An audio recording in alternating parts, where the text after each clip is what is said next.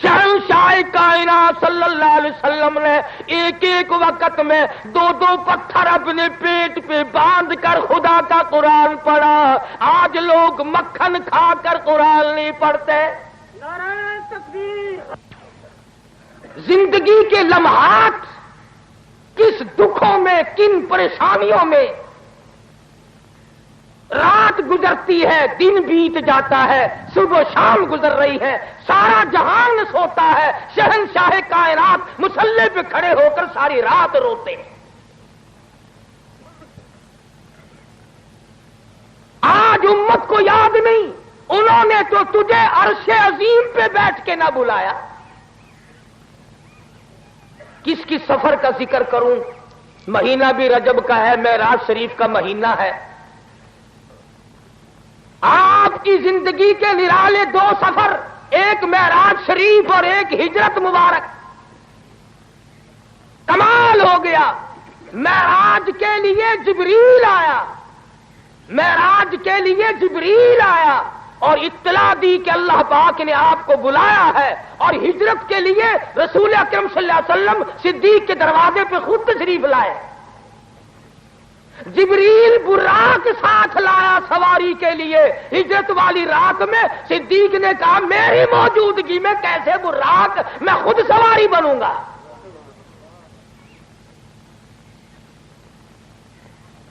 ایک 1,29,000 صحابہ کرام کی تعداد ہے. جان مال آل سب کچھ قربان کر دیا. اگر ہم صرف کلمے والی زندگی بنا لیں اور سچے معنوں میں مسلمان بن جائیں، میرا تو یہ ایمان ہے کہ اگر ہم پاکستانی لوگ مسلمان بن جائیں، ہمارے اخلاق کردار کو دیکھ کر روئے زمین پہ ایک بھی کافر باقی نہیں رہے گا. سوال تو یہ ہے کہ میرا اور آپ کا اٹھنا بیٹھنا، لینا دینا، زندگی، کاروبار تمام کا تمام اسلام کے خلاف ہے.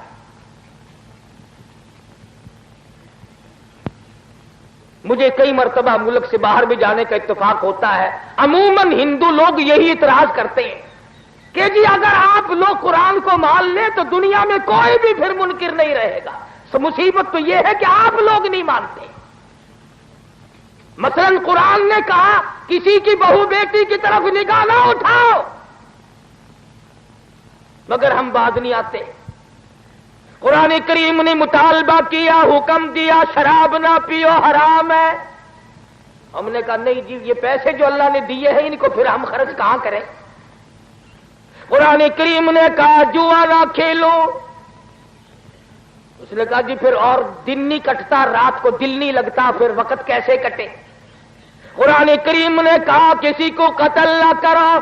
ارشاد فرمایا مدنی کریم صلی اللہ تعالی علیہ وسلم نے جب مسلمان کے لیے ہتھیار اٹھاتا ہے، اللہ کا عرش عظیم کانپنے لرزنے لگ جاتا ہے. اللہ پاک پوچھتے ہیں تجھے کیا ہوا؟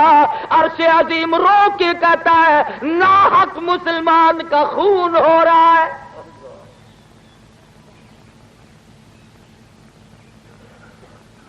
قرآن کریم کے جتنے مطالبے ہیں ہم کب پورا کرتے ہیں؟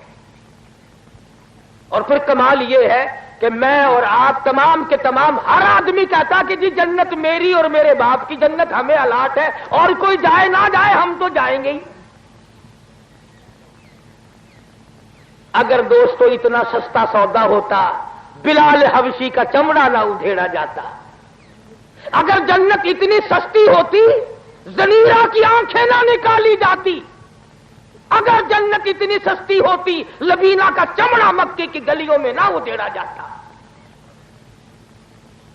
اسی کو قرآن کریم کہتا فالذین ہاجروا واخرجوا من دیارہم واوذوا فی سبیلی وہ لوگ جنہوں نے ہجرت کی اللہ کی راہ میں مصیبت اٹھائی، تکلیف اٹھائی، دنیا کا معاملہ کوئی نہیں، ایمان کے لیے مصیبت اٹھائی، ایمان کے لیے تکلیف کاٹی، ایمان کے لیے طرح طرح کے عذاب جھیلے، اللہ پاک فرماتے ہیں وَأُوذُوا فِي سَبِيلِي وَقَاتَلُوا وَقُتِلُوا لَأُكَفِّرَنَّ عَنْهُمْ سَيِّئَاتِهِمْ وَلَأُدْخِلَنَّهُمْ جنات تجری من تحتها الانہار۔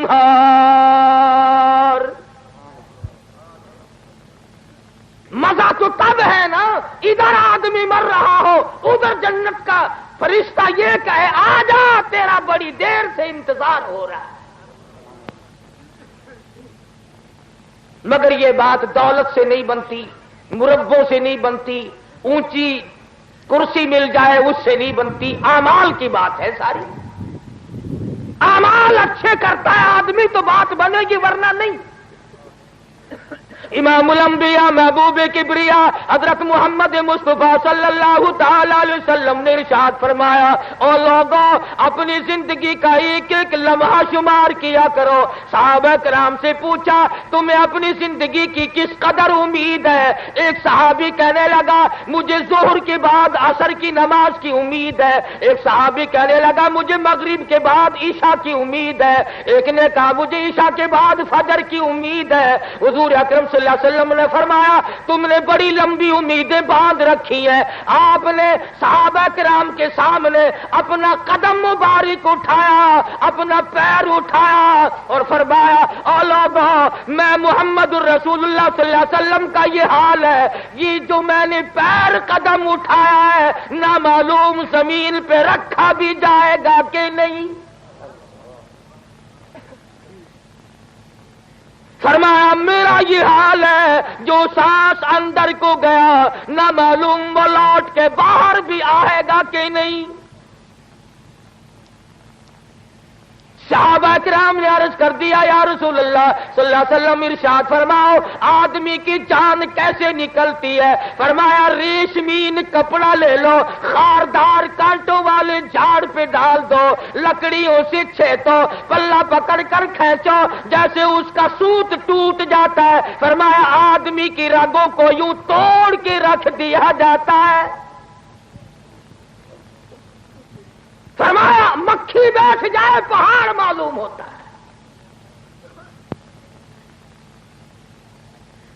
سارا نظام زندگی یوں فنا ہوتا چلا جاتا ہے۔ اور آپ لوگوں کے علم میں نہیں، اسی گزشتہ ہفتے کے دن لاہور میں ایک مکان سے 7 جنازے اٹھ گئے۔ دیکھنے والے بہت بے ہوش ہو گئے، ایک گھر کو جنرا لگ گیا۔ دیکھیے اس بے نیاز کی بے نیازی، اس کے سامنے نہ پلوانی چلتی ہے، نہ کرسی چلتی ہے، نہ نوکری چلتی ہے، نہ مربع چلتا ہے، نہ کوٹھی، نہ بنگلہ، اس کے یہاں تو اپنی مرضی چلتی ہے، سب اس کے محتاج ہیں۔ وہ تشریف لے جا رہے ہیں، راستے میں جاتے جاتے قبرستان آ گیا، وہاں کھڑے ہو گئے اور رونے لگے اور زور زور سے فرمانے لگے قبر والو اموالکم قسمت، جس مال کو تم نے رات دن جمع کیا تھا، چوری کر کر کے جمع کیا، ڈاکے مار مار کے جمع کیا، ناجائز طریقے سے کمایا، جائز طریقے سے کمایا، جس مال کو تم نے جمع کیا تھا تیرے مرنے کی دیر تھی وہ تو وارثوں میں تقسیم ہو گیا۔ مقدمے چل پڑے، جھگڑے ہو گئے۔ حضرت علی رضی اللہ تعالیٰ عنہ فرماتے ہیں لوگوں نساؤکم زوجت، جس بیگم جس عورت کے پیچھے جان دیا کرتا تھا، جو ہر وقت تجھے کہتی تھی میں تیری ہوں میں تیری ہوں، تیرے مرنے کی دیر تھی، اس نے اور جگہ شادی کر لی، اب کسی اور کو کہہ رہی ہے میں تیری ہوں میں تیری ہوں۔ مال تیرا نہیں رہا، بیوی تیری نہیں رہی، اور فرمایا اولاد تیری در بدر دھکے کھا رہی ہے۔ او قبر والوں تمہارا کیا حال ہے، تم اپنا بتاؤ۔ ساتھیوں کی طرف خطاب کر کے فرمایا اگر یہ بول سکتے بتاؤں کیا جواب دیتے؟ یہ جواب دیتے کہ اے علی ہم نے جھک ماری، ہم نے تکلیف کی، ہم نے خدا کے قرآن کو نہ مانا، آج جو ہمارا حال ہے وہ خدا کسی کا بھی نہ کرے۔ جس جیل میں تم ہو یہ تو آدمیوں کی جیل ہے، خدا کی جیل کا پتہ نہیں ابھی۔ فرمایا ثم لا يموت فيها ولا يحيا، نہ مرو گے نہ جیو گے، لاکھوں برس گزر جائیں گے پانی کا قطرہ نہیں، لوگ رویں گے پچھتاویں گے۔ وَإِن يَسْتَغِيثُوا يُغَاثُوا بِمَاءٍ كَالْمُهْلِ يَشْوِي الْوُجُوهَ، پانی پانی پانی پکاریں گے لوگ جہنم میں، الہی پانی، لاکھ برس گزر گئے پانی نہ ملا، آواز آئے گی فَشَارِبُونَ عَلَيْهِ مِنَ الْحَمِيمِ فَشَارِبُونَ شُرْبَ الْهِيمِ، ان کو ایسا گرما گرم کھولتا ہوا پانی پلاؤ جس کے پینے سے اطڑیاں باہر آ جائیں۔ ارشاد فرمایا محمد عربی صلی اللہ علیہ وسلم نے کہ یہ ہونٹ، یہ لب اتنے سوج جائیں گے کہ اوپر کا ہونٹ کمر پہ جا پڑے گا اور یہ نیچے کا ہونٹ پیروں کے انگوٹھوں پہ آ پڑے گا۔ گناہ کا اقرار نہیں کرتے، جرم کا اعتراف نہیں کرتے، میں اور آپ معافی نہیں مانگتے، توبہ کرنے کا مزاج نہیں بناتے۔ مولانا اشرف علی تھانوی رحمت اللہ علیہ نے ایک بات لکھی ایک جگہ پر کہ ایک جگہ ایک آدمی قتل ہو گیا، لیکن گورنمنٹ نے، پولیس نے جب تفتیش کی تو قاتل تو باہر پھر رہا تھا اور بغیر گناہ کے جو تھے وہ اندر چلے گئے۔ ہوتے ہوتے وہ آدمی پھانسی لگ گیا جس نے قتل نہیں کیا تھا۔ ایک آدمی اس معاملے کو جانتا تھا، اللہ میاں سے سوال کر دیا الہ العالمین یہ تو تو بھی جانتا ہے میں بھی جانتا ہوں کہ فلاں آدمی گناہگار ہے اور فلانا بے گناہ تھا وہ چڑھ گیا۔ تو جواب ملا میرے بندے مثل میں فرق ہے، گناہ تو ہے اس کا بھی، مثل میں فرق ہے۔ کیسے کہ ایک دن یہ پانی کی نالی پہ بیٹھا تھا، ایک کیڑا تیرتا ہوا جا رہا تھا، وہ کنارے لگنا چاہتا تھا، یہ اس کو دھکیل کر پیچھے کرتا تھا، جب تک وہ مر نہ گیا اس نے اس کی جان نہ چھوڑی، اور میری وہ کیڑا مخلوق نہ تھی۔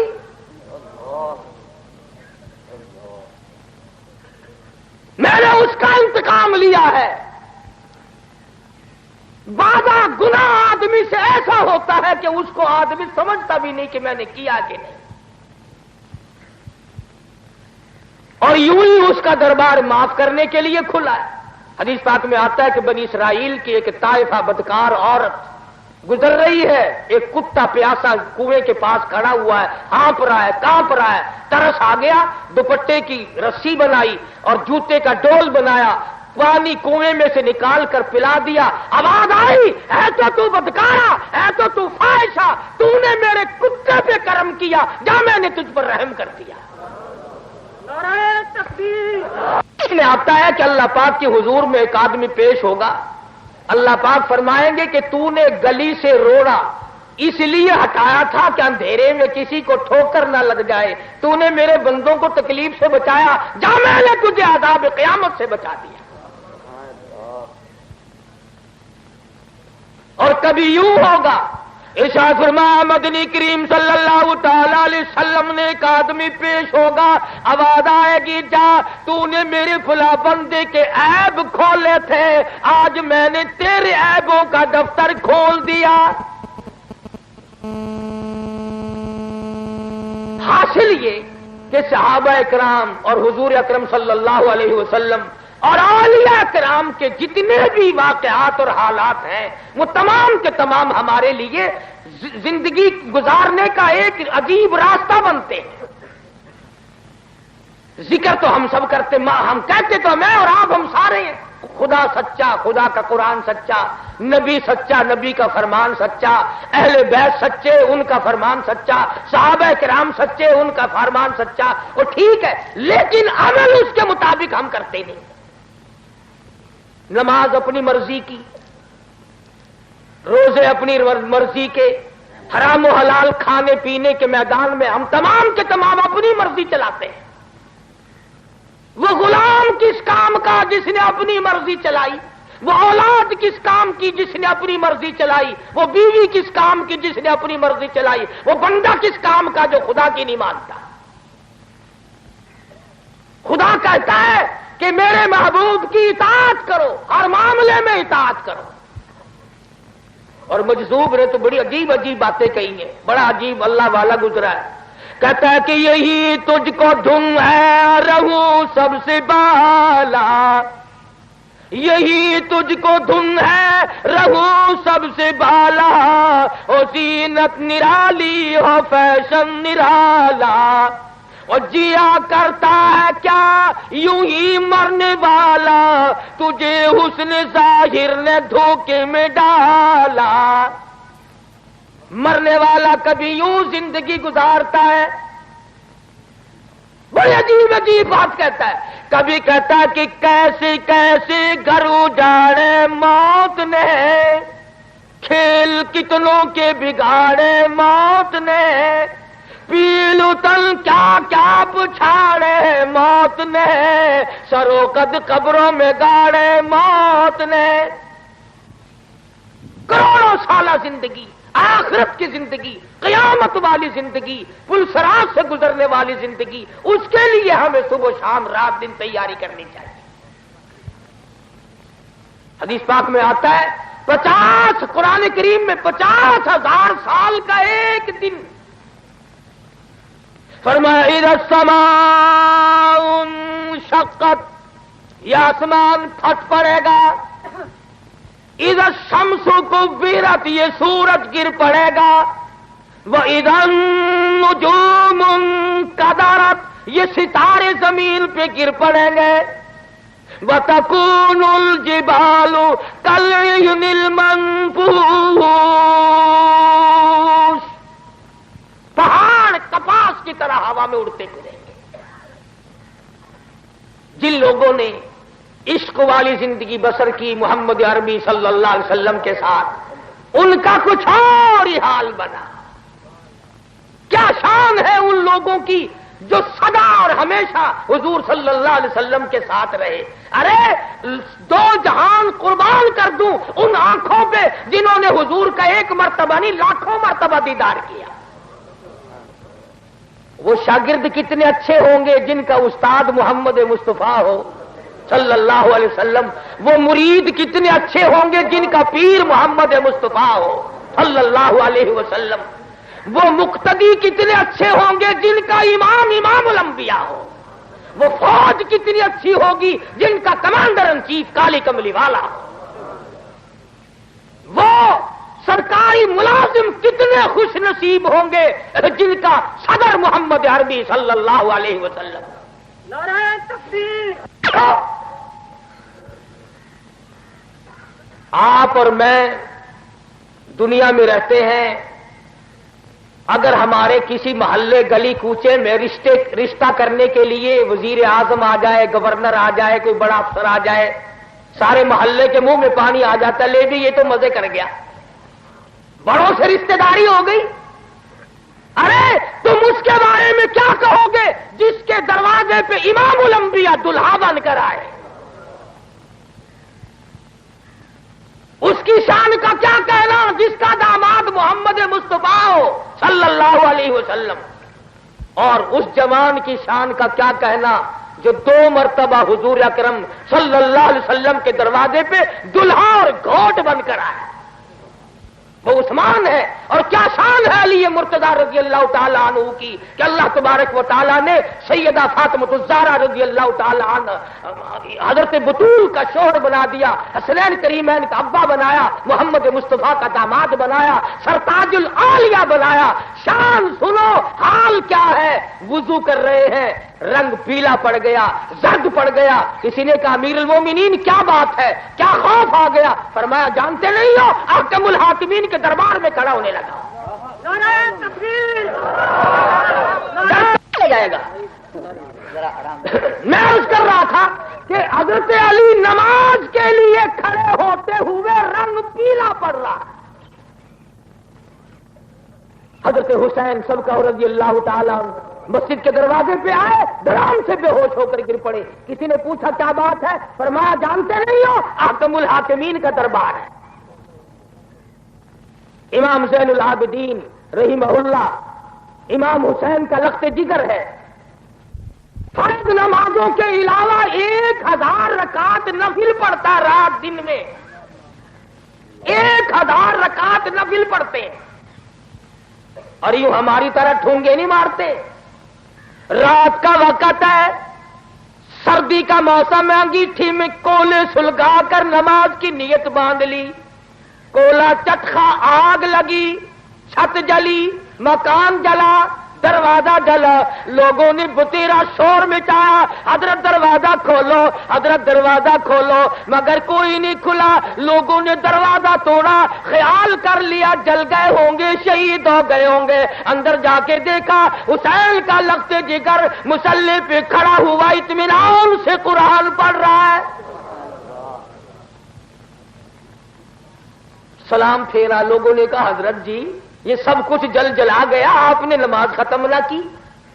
فرمایا جس آگ کو پانی بجھا دے، جس آگ کو بندے بجھا دے، جس آگ کو مٹی بجھا دے، میں اس آگ کا کیا فکر کروں؟ میں اس آگ کی فکر میں لگا ہوا ہوں جسے اعمال کے سوا کوئی شے نہیں بجھا سکتی. نضجت جلودهم بدلناهم جلود غيرها ليذوقوا العذاب.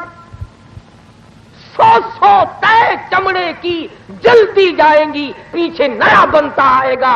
اسی طرح سے تہ چلتی رہیں گی، کروڑوں برس گزر جائیں گے مگر معافی نہ ملے. وہ لوگ جو ظلم کر کے مر جاتے ہیں، ناحق کسی کا مال کھاتے ہیں، کسی پر ظلم ڈھاتے ہیں، کسی کی آبرو کو برباد کرتے ہیں، وہ لوگ سوچ لے. حضور نے فرمایا جو کسی کی بیٹی کی آبرو خراب کرتا ہے، حضور نے فرمایا جب تک اس کی بیٹی کی آبرو برباد نہ ہو جائے اس کی موت نہیں آئے.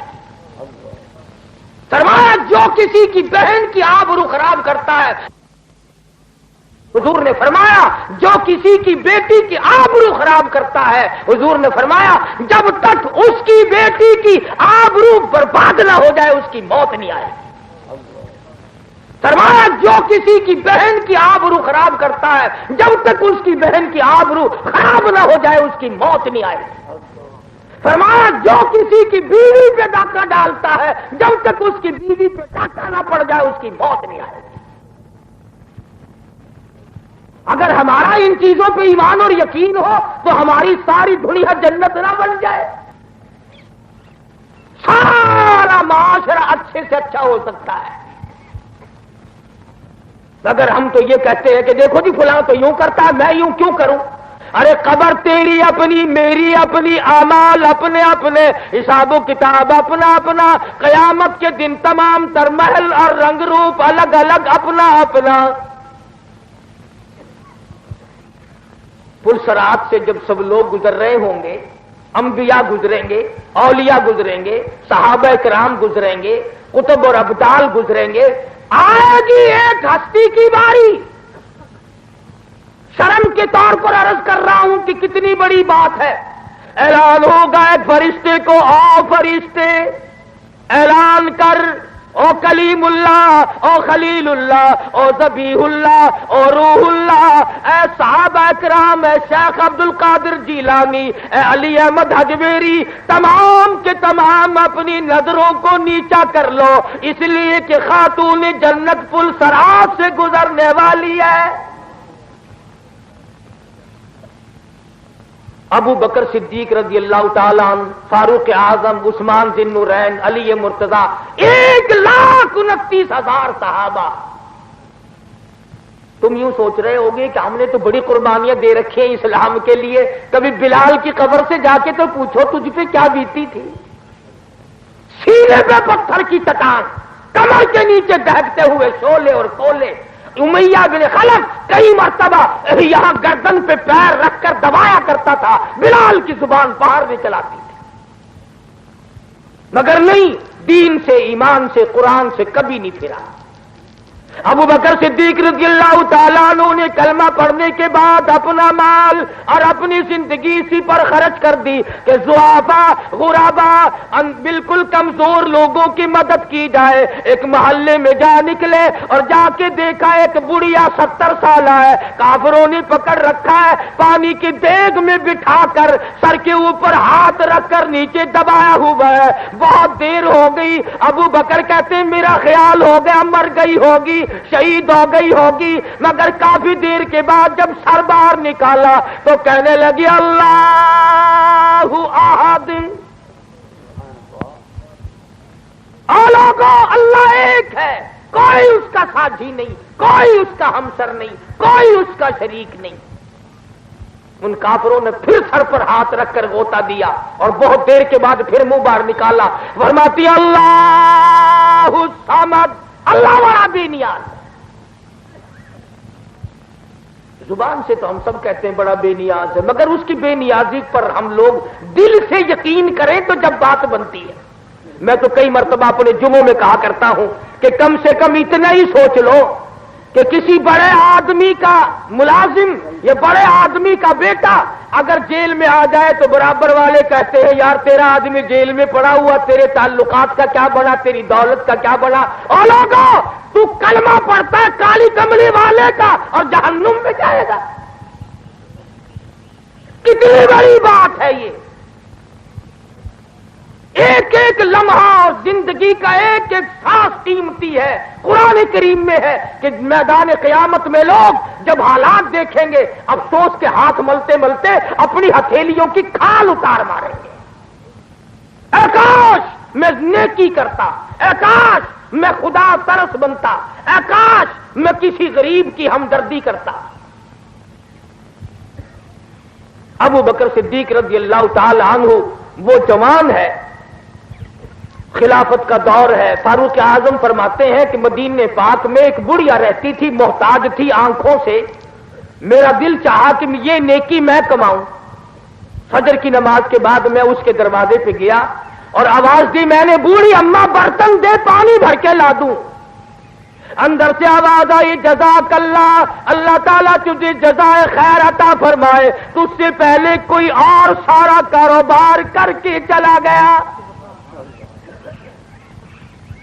فاروق اعظم فرماتے ہیں کہ میں بڑا حیران ہوا، کون ایسا؟ اگلے دن میں فجر کی نماز سے پہلے گیا، پھر میں نے آواز دی تو وہی جواب ملا، کوئی آدمی تجھ سے پہلے آیا، کھانا پکا کر کھلا کے چلا گیا، برتنوں کی صفائی بھی کر گیا، جھاڑو بہارو بھی لگا گیا۔ تیسرے دن فرماتے ہیں میں فجر کی اذان سے پہلے گیا، میں نے دیکھا ایک آدمی دونوں کندھوں پہ مٹکے پانی کے بھرے ہوئے اور داخل ہوا، تو میں بیٹھ گیا کہ لو بھی آج پکڑا گیا، اسے دیکھوں گا یہ کون ہے۔ فرماتے کافی دیر کے بعد جب باہر نکلے اور میں قریب ہوا، اگرے بھلے مانس 3 دن ہو گئے میں پیچھے پھر رہا ہوں، ہے کون؟ فرمایا اے عمر میں تیرا بھائی ابو بکر صدیق ہوں، 22 لاکھ مربع میل کا حکمراں، نبی کا سسر، نبی کا جانشین، مدینہ ریاست کا سالر ہو کر ابو بکر صدیق بوڑھی کمزور عورت کا پانی دھوتا پھرتا ہے۔ ہم کسی کو پانی پلاتے ہوئے بھی اپنی توہین سمجھتے ہیں۔ تکڑا آدمی اگر پانی مانگے، اچھا جی گلاس دے دیا، اور پیش کرا اور لاؤں۔ کوئی کمزور سا آدمی پانی مانگے، اچھا تیرا نوکر لگے گا ہمیں۔ غریب کا ساتھی مر گیا، کمزور کا ساتھی قبر میں چلا گیا۔ ایک دن سیدہ عائشہ صدیقہ رضی اللہ تعالی عنہا روٹیاں پکا رہی ہیں، آپ تشریف لے آئے، فرمایا عائشہ ایک روٹی میں بھی پکاؤں گا۔ عرض کیا یا رسول اللہ میں خادمہ، میں نوکر ہوں، آپ کیوں پکائیں گے؟ فرمایا نہیں، ایک روٹی میں بھی پکاؤں گا۔ کون روک سکتا تھا؟ آپ سب کہہ دو صلی اللہ علیہ وسلم نے۔ آپ نے ایک روٹی پکائی، تندور میں لگا دی۔ حضرت عائشہ فرماتی ہے کہ میں بار بار میری پکائی ہوئی روٹیاں کبھی سے پک کر باہر آ گئیں اور میں جھانک جھانک کر دیکھتی رہی، اس روٹی کا پانی خشک نہیں ہوا۔ آخرکار عرض کر بیٹھی، میرے آقا میری پکائی ہوئی روٹیاں کبھی سے پک گئی اور آپ کی پکائی ہوئی کا پانی خشک نہیں ہوتا۔ فرمایا عائشہ، جس چیز کو میرے ہاتھ لگ جائے آگ اس کے کیسے قریب آ سکتی ہے؟ جس روٹی کو نبی کے ہاتھ لگ جائے اس آگ کے قریب، آگ اس کے قریب نہیں آ سکتی۔ جس صدیق کے کندھوں پہ نبی سوار ہو کر غار تک جائے اس کے قریب کیسے آ جائے گی؟ اور پھر کمال ہے، مکے والوں نے محاصرہ کر رکھا ہے محمد عربی صلی اللہ علیہ وسلم کے مکان کا کہ آج نبوت کو ختم کرو، قتل کر ڈالو۔ چاروں طرف ننگی تلواریں لیے کھڑے۔ ابو جہل نے بڑی تاکید کی، خبردار بچ کے نہ نکل جائے۔ اللہ پاک نے حکم دیا، میرے محبوب ایک مٹھی بھر کر مٹی کی پھینکو ان کی طرف۔ عرض کیا الہ العالمین، یہ تو چاروں طرف کھڑے ہیں، میں کس کس کی طرف پھینکوں؟ فرمایا وما رمیت اذ رمیت ولکن اللہ رما۔ میرے محبوب ہاتھ تیرا ہوگا، قدرت میری کام کرے گی، ان سب کی آنکھوں میں میں پہنچا دوں گا۔ بس آپ نے پھینک دی، سب کی آنکھوں میں مٹی پہنچ گئی۔ اب لگے آپس میں کہنے کیوں میں بدماش میری آنکھ میں مٹی پھینک دی؟ وہ کہنے لگا اچھا پہلے میری آنکھ میں پھینک کر پھر بکنا شروع کر دیا۔ تلواریں تو دی پھینک، اور نبی کے حجرے کے چاروں طرف اب لگ گئے ایک دوسرے کی پالش کرنے۔ مجاہی ہو رہی ہے چاروں طرف، حجرے مبارک کے کبڈی کبڈی شروع ہو گئی۔ اللہ میاں نے فرمایا میرے محبوب لو یہ سب دھندے لگ گئے ہیں، اب آپ چلیں، ہجرت فرمائے آپ۔ الہ العالمین مجھے کل حکم دیا ہوتا، پرسوں حکم دیا ہوتا، ترسوں حکم دیا ہوتا، میں چلا جاتا۔ آج تو یہ چاروں طرف کھڑے ہیں۔ فرمایا میرے محبوب اگر میں کل لے جاتا، پرسوں لے جاتا، ترسوں لے جاتا، یہ لوگ کہتے ہمیں پتہ نہ چلا، ہم یوں کر دیتے، ہم یوں کر دیتے، مزہ تو آ جائے گا۔ یہ چاروں طرف کھڑے ہیں اور میں آپ کا بال نہ بینکا ہونے دوں، میں بچا کے نہ لے جا سکوں تو میری خدائی کیا ہوئی؟ آج ہی تو پتا چلے گا کہ خدا کی خدائی کیسی ہوتی ہے۔ الہ العالمین میرے پاس مکے والوں کی امانتیں ہیں، ان کو رات کے وقت کیسے واپس کروں؟ تھے دشمن پر نبی کو امین مانتے تھے۔ یوں لکھا کتابوں میں، ابو جہل کی بیٹی کے چھلے اور بالیاں حضور کے پاس امانت تھی۔ نبی عرض کرتے الہی مجھے ہجرت سے انکار نہیں، میں تیار ہوں، پر اس اگر امانت واپس نہ ہوئی نبوت کے دامن پہ داغ آ جائے گا۔ اور آج امتیوں کا حال دیکھو، کسی کے پاس امانت رکھ کر واپس لے کے تو دکھاؤ، واپس لے کے تو دکھاؤ، بڑا مشکل مسئلہ ہے۔ نبی کے غلاموں کا یہ حال تھا۔ یہود عیسائی اپنی جوان بیٹیاں صحابہ کرام کے گھروں میں چھوڑ جاتے تھے، سال سال دو سال بعد آیا کرتے تھے۔ میں ذمہ داری سے کہتا ہوں، تاریخ کا ذمہ وار ہوں، کتابوں کا ذمہ وار ہوں کہ کبھی کسی کافر نے اپنی بیٹی کے آبرو کے معاملے میں کسی صحابی کو الزام بھی نہیں لگایا۔ کبھی ہم کافروں کی بیٹیوں کی آبرو بچایا کرتے تھے، آج ہماری آبرو سڑکوں پہ برباد ہوتی پھرتی ہے۔ حضور کے دربار میں سب کہہ دو صلی اللہ علیہ وسلم، ایک کافر لڑکی میدان جنگ سے گرفتار کر کے لائی گئی۔ حضور نے فرمایا بلال یہ میری رحمت والی چادر لے کر اس کے سر پہ ڈال دے، پردہ کرا دے۔ یا رسول اللہ کافر کی بیٹی ہے۔ فرمایا ٹھیک ہے، اپنے باپ کے دروازے پہ بھی ننگی بیٹھے اور میں محمد کے دروازے پہ بھی ننگی بیٹھے، تو فرق کیا ہوا میرے دربار میں اور ان کے دربار میں؟ اور آپ نے اس سے پوچھا تو کیا چاہتی ہے؟ کہنے لگی مجھے باعزت میرے گھر پہنچا دو۔ دو جوان صحابی ساتھ کر دیے۔ عورت کا بیان ہے کہ یوں اندھیرا تھا، جنگل کا راستہ تھا، جوان تھے، میں بھی جوان تھی، کہتی ہے مجھے یوں معلوم ہوتا تھا میری ساتھ دو اندھے چل رہے ہیں۔ اور جب گھر پہنچی تو بھائی نے پوچھا بتا نبی کے غلاموں نے تیری ساتھ کیا کیا؟ کہتی ہے جو میری عزت اور آبرو کی حفاظت محمد صلی اللہ علیہ وسلم کے غلاموں نے کی ہے وہ تو میرا ماں جایا بھائی بھی نہیں کر سکتا۔ انصاف تھا۔ بھائی کہنے لگا پھر کلمہ پڑھا کہ نہیں؟ کہ نہیں، کہ لعنت تیری زندگی، ایسے دربار سے خالی آ گئی، ایسی جگہ سے خالی آ گئی؟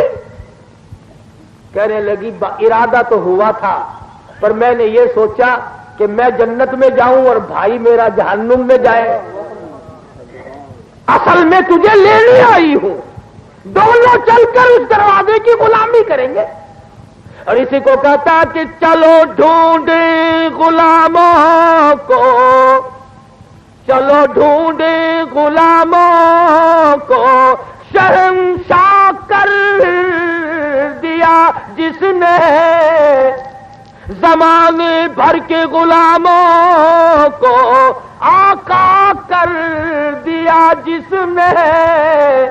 اگر تم چاہتے ہو کہ امن ہو سارے زمانے میں تو پھر یہ دولت ہے پوشیدہ محمد کی خزانے میں۔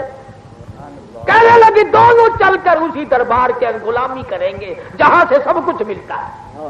تو حضور صلی اللہ علیہ وسلم نے فرمایا میرے والد مکے والوں کی امانتوں کا کیا کروں؟ فرمایا میں نے امین ڈھونڈ رکھا ہے، علی مرتضی رضی اللہ تعالی عنہ کو بلاؤ اور یہ امانتیں ان کے حوالے کرو۔ آواز آئی مکے والوں کی چاندی، مکے والوں کا سونا، مکے والوں کے کپڑے، مکے والوں کی کھجوریں، اے علی شیر خدا تیرے حوالے، او ابو بکر میری امانت تیرے حوالے، نبوت والی امانت تیرے حوالے۔ اور کتابوں میں لکھا ہے کہ حضرت علی رضی اللہ تعالی عنہ حضور کے بستر پہ سوئے۔ کتنی بڑی شان ہے بستر حضور کا، وجود حضرت علی کا۔ اور ادھر فرمایا ابو بکر 3 دن 3 رات کے لیے مستقل میرے محبوب کا بستر بن جا۔ صدیق اکبر کی تو بچیوں کا بھی کیا کہنا۔ حضور صلی اللہ علیہ وسلم اور صدیق اکبر جب تشریف لے گئے تو ابو جہل کی پارٹی تلاش کرنے آئی، دروازہ کھٹکھٹایا، حضرت اسما باہر نکلی، پوچھا تمہارا نبی کہاں ہے، تیرا ابا کہاں ہے؟ کہنے لگی کیوں، تم کون ہو، تمہیں کیوں بتایا جائے؟ اس نے کہا بتانا پڑے گا۔ اس نے کہا جاؤ جاؤ سارے مکے کو اکٹھا کر کے لاؤ اور صدیق کی بیٹی سے نبی کا پتہ پوچھ کے دکھاؤ۔ چلو ڈھونڈے غلاموں کو، شہنشاہ کر دیا جس نے زمانے بھر کے غلاموں کو، آقا کر دیا جس نے۔ اگر تم چاہتے ہو کہ امن ہو سارے زمانے میں تو پھر یہ دولت ہے پوشیدہ محمد کی خزانے میں۔ کہنے لگی دونوں چل کر اسی دربار کے غلامی کریں گے جہاں سے سب کچھ ملتا ہے۔ تو حضور صلی اللہ علیہ وسلم نے فرمایا میرے والد مکے والوں کی امانتوں کا کیا کروں؟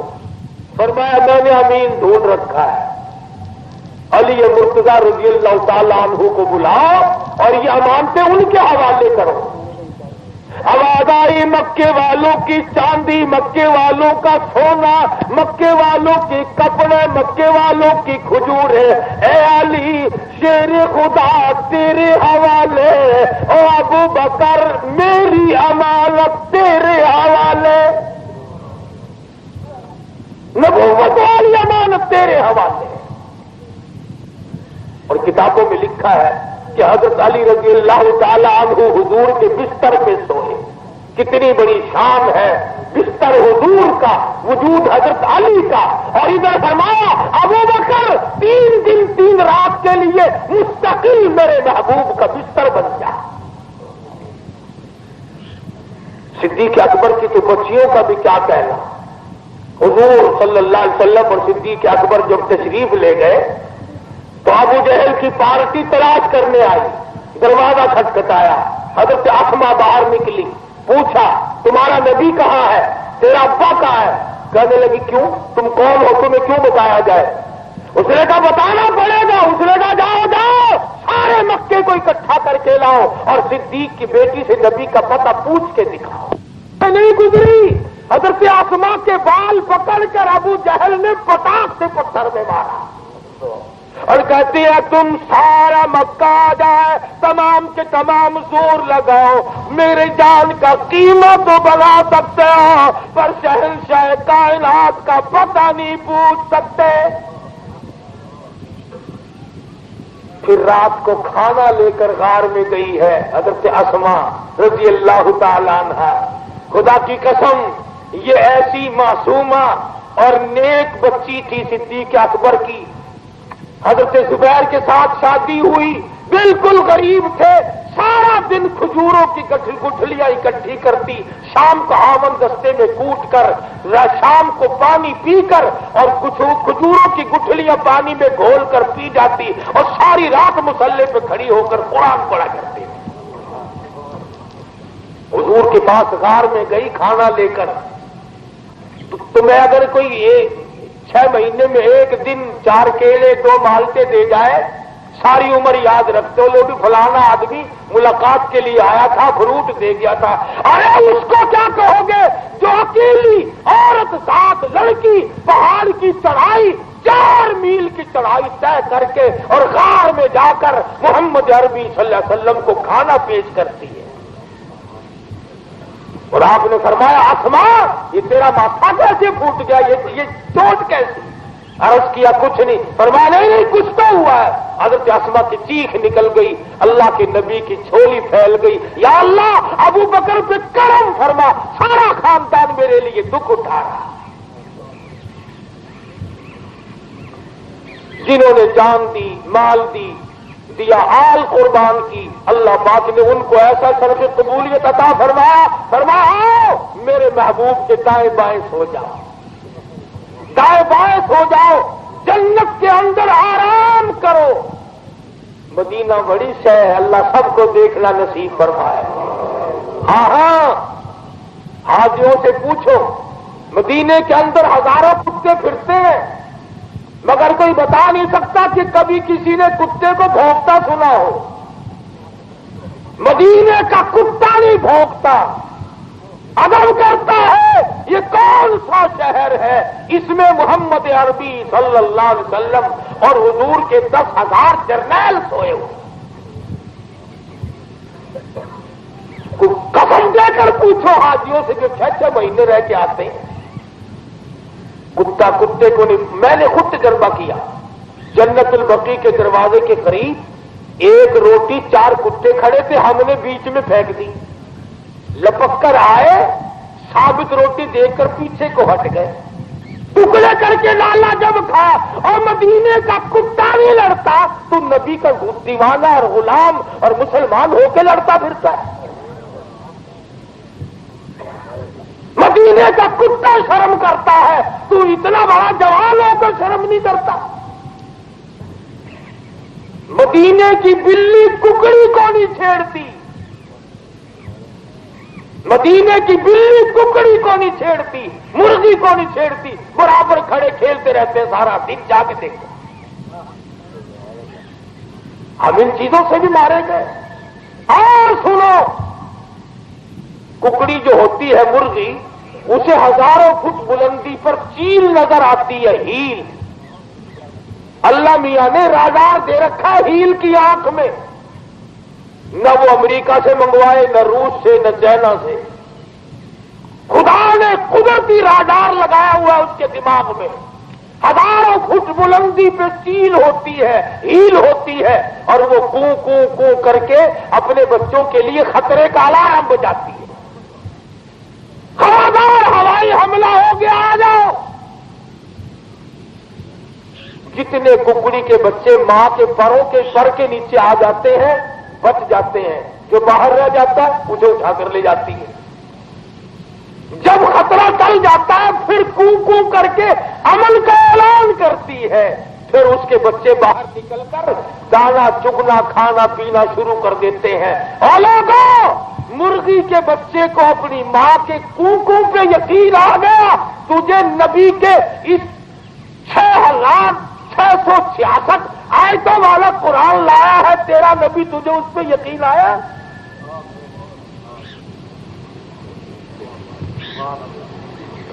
کہا تھا کہ مرغی کے بچے کو اپنی ماں پہ یقین ہے، تجھے آج حضور کے فرمان پہ یقین ہے۔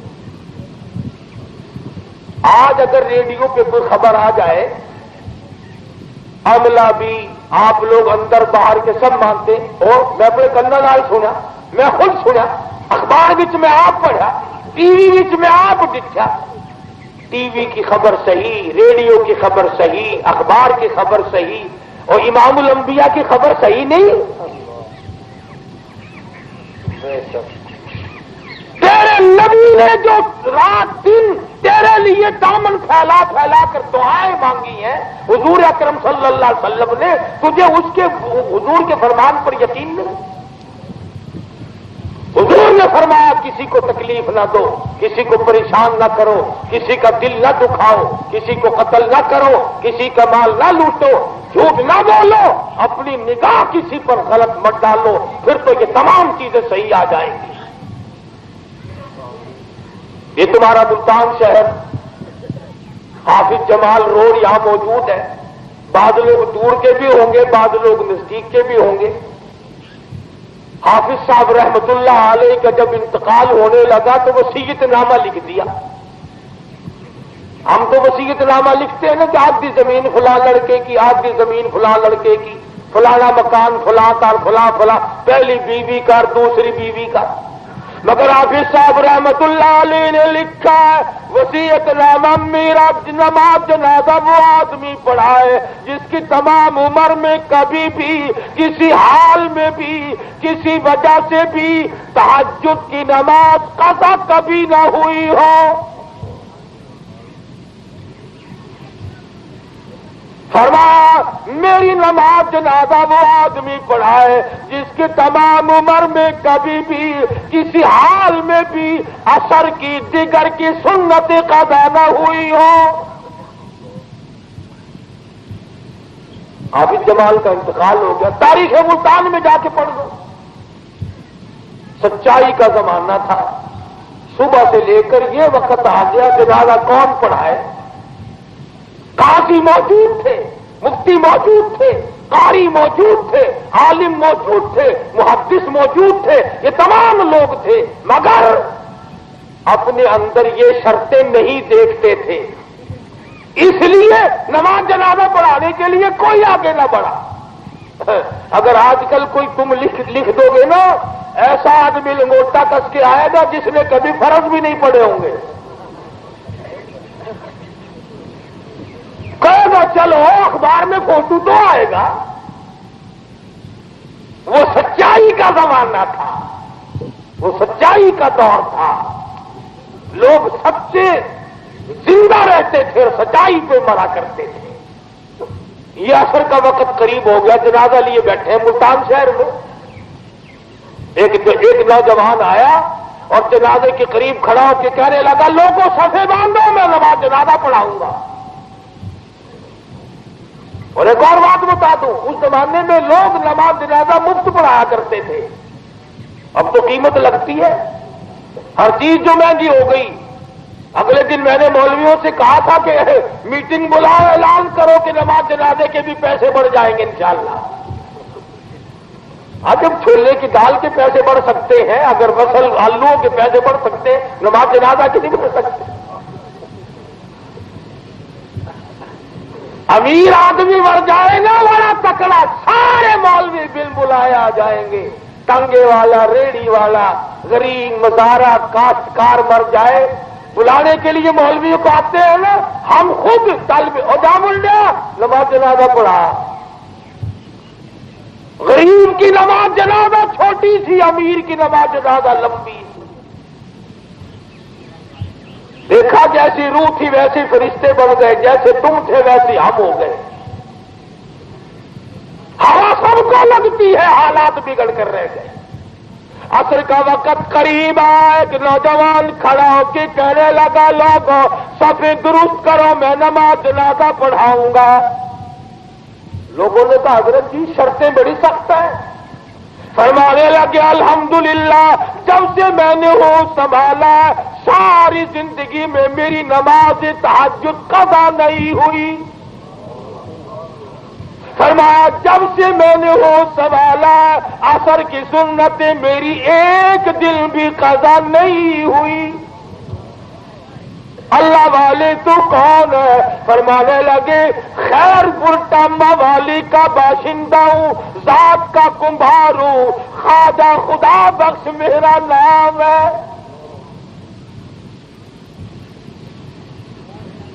یہ اس کی دین ہے. جب شہیدوں نے قرآن چھوڑ دیا خدا نے تمہاروں سے حفاظت کرا. پہاڑوں کا روحیلا جب قرآن کا دیوانہ بنا خداوند عالم نے خواجہ سلیمان طوسمی بنا دیا. بھاگلپور کی روحی کا باشندہ جب قرآن سے یاری کرتا ہے خواجہ غلام فرید بنا دیا. قرآن اور نبی کی حفاظت کرتے ہوئے جب دیکھا پروردگار عالم نے عطا اللہ صاحب بخاری بنا دیا. جب شہیدوں نے ہیر لکھنی شروع کی اللہ پاک نے فرمایا احمد علی اور سکھ کے بیٹے ادھر آ, مسلمان بن اور بیٹھ کر میرے قرآن کی تفسیر لکھ. خدا کسی کا محتاج نہیں, موروں سے کام لے لیتا ہے جب ہم کام کرنا چھوڑ دیں. اپنے لیے کماؤ گے, اپنے لیے کرو گے, اپنے ماں باپ کے لیے کرو گے, اپنے آباء و اجداد کے لیے نیکیاں جو کرو گے تو کرو گے تو آپ کو سب سے زیادہ استغفار کام دے گا. کئی لوگ خطوں میں پوچھا کرتے ہیں, ساتھیوں کی زبانی پوچھا کرتے ہیں کہ جی ہم جیل میں ہیں, تکلیف میں ہیں, پریشانی میں ہیں, کوئی وظیفہ. میں تم سب کو وظیفہ بتلاؤں. خدا کی قسم حضور صلی اللہ علیہ وسلم نے فرمایا قرآن سب سے بڑا وظیفہ ہے. جس کو تیرے نبی نے 23 برس تک تلاوت کیا, حضرت علی نے ساری عمر جس کی تلاوت کی, حسین نے جس کی نیزے کی نوک پہ خنجر کی چھاؤں میں تلاوت کی. اور الحمدللہ صدر مملکت نے کتنی قدردانی کی کہ یہ فرما دیا کہ جو قرآن مجید جیل میں پڑھے گا اس کو 6 مہینے کی معافی مل جائے گی. یعنی یہ اجر تو دنیا میں ہے, آخرت میں خدا جانے کیا ملے گا. یہ تو دنیا کا اجر ہے نا, آخرت میں تو ہر چیز کی قدر ہے. دوسرا وظیفہ درود شریف سے بڑھ کر کوئی وظیفہ نہیں. درود شریف سے بڑھ کر کوئی وظیفہ نہیں. ایک مثال آپ کو بتلاؤں, پانی کے بغیر آدمی تڑپ کے مر جاتا ہے, مگر پانی کی قیمت کوئی نہیں. سونے کو نہ کوئی کھاتا ہے نہ کوئی پیتا ہے, اور قیمت دیکھ لو اس کی کتنی ہے. عام چیز جو ہوگی اس کی لوگ قیمت نہیں جانتے.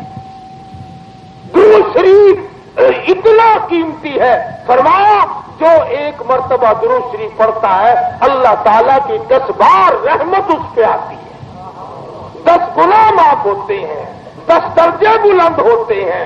اور حضور صلی اللہ علیہ وسلم نے فرمایا جو کثرت سے درود شریف پڑھے گا اس کو قبر کے اندر کیڑے نہیں کھائیں گے, جہنم کی آگ نہیں جلائے گی.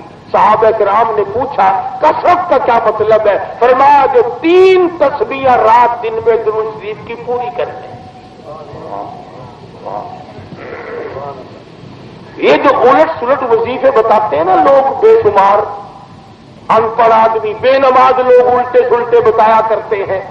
فلانے کا نام لو, فلانے بزرگ کا نام لو, اور بزرگ تو بڑا خدا کا نام لے لے کر تو اس بزرگ کا نام لے کر کہا جائے گا قرآن پڑھ، دوسری پڑھ محمد عربی صلی اللہ علیہ وسلم کی ذات پڑھ، اور استغفار، استغفر اللہ ربی من کل ذنب واتوب الیہ، استغفر اللہ الذی لا الہ الا هو الحی القیوم واتوب الیہ۔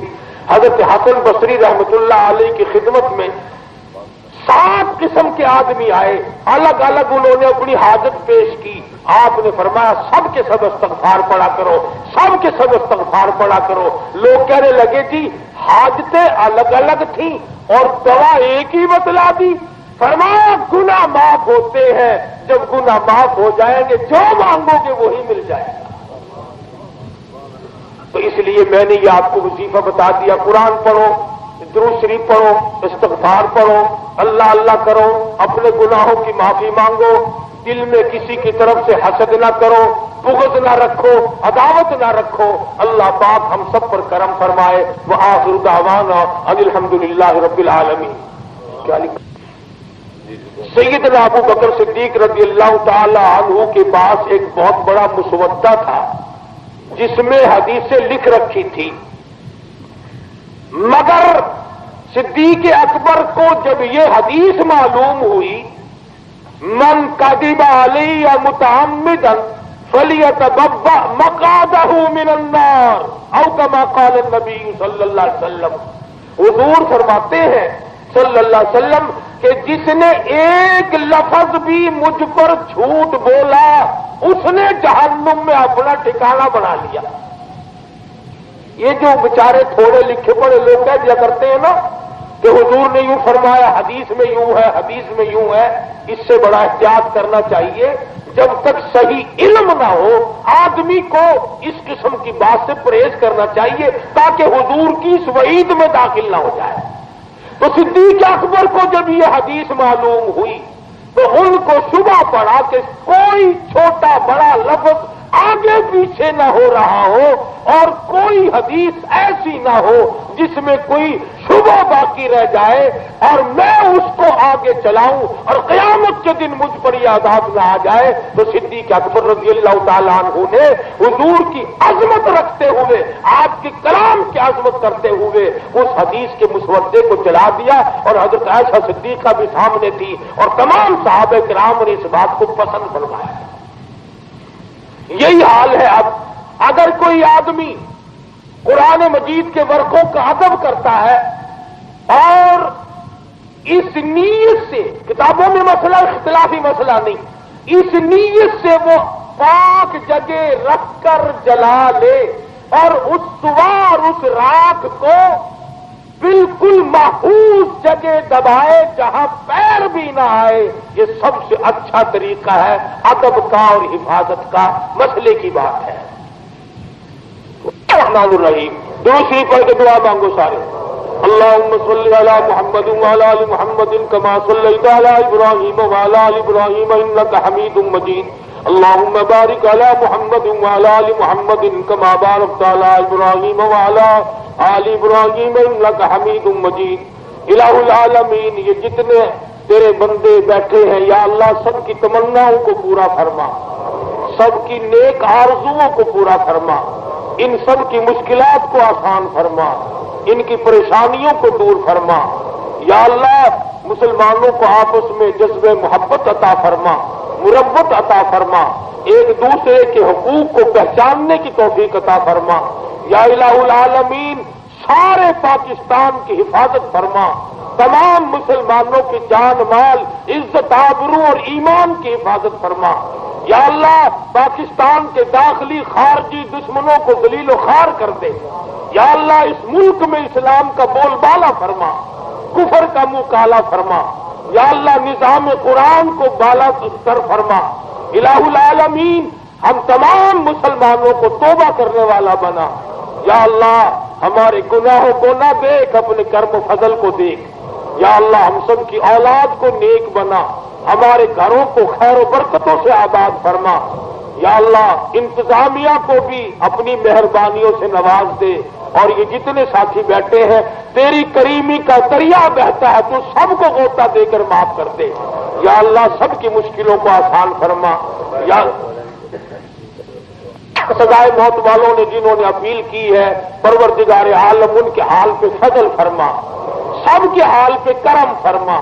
یا اللہ تو رحیم ہے، تو کریم ہے، یا اللہ تو زمین و آسمان کا بادشاہ ہے، تیرے ہی سے رحم مانگتے ہیں، سب پہ رحم فرما۔